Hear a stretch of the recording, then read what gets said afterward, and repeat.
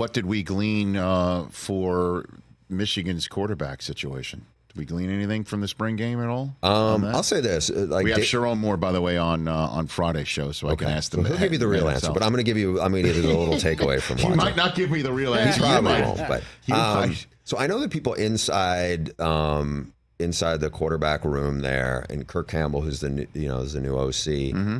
I know he thinks they have 4 guys who he felt really good about certain parts of them. When I talked to him not that long ago, he really liked how well Davis Warren could throw it. Remember, a couple of years ago, Davis was the backup, and he's a kid who has been through a lot. He overcame, battled through leukemia, and came in there as a walk-on. But he can throw and he can play, and he looked really good. I mean, Alex Orji is a very gifted athlete who I know they like as well. He's one of the best athletes in the program, which makes him one of the best athletes in the Big Ten.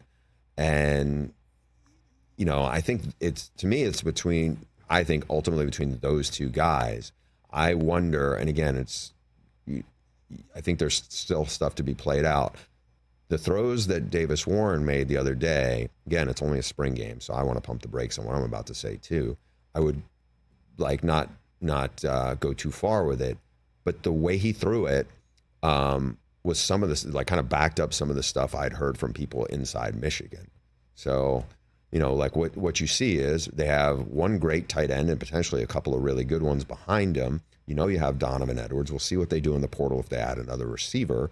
The offensive line obviously went from great to now they're rebuilding. I still think they have guys in there. We'll see about it. But then there's a lot of other stuff you liked. They were I don't know. I thought they were going to be an 8-win team coming out of this year because I just thought they just lost too much on both sides of the ball.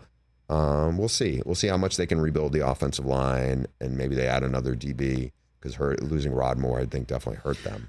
Well, I've heard some folks telling me that their best players are still there. 2 of their best players are still there. Will Johnson's still there, and that kid on that defensive line.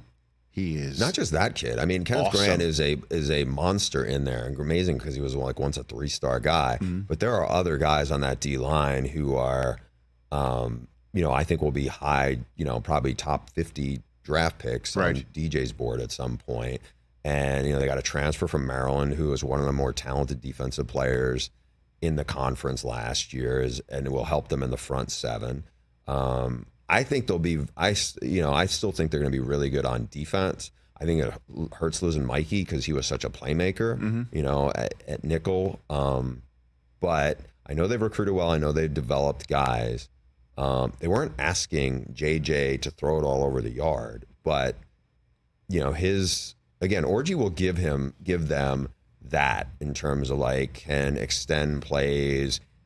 Can use his legs to pick up first downs. I mean, Orji's a big dude. I don't know if you've seen him in person. Yeah, he's like Anthony Richardson size. Not quite as tall, similar. But I'm trying to think who he's, he can really run. So I'm interested to see what they do there with that, and we'll see what Donovan Edwards does as the feature guy now, because we know he's really talented. Catch the Rich Eisen Show every single day on the Roku channel, 12 to 3 Eastern, for free.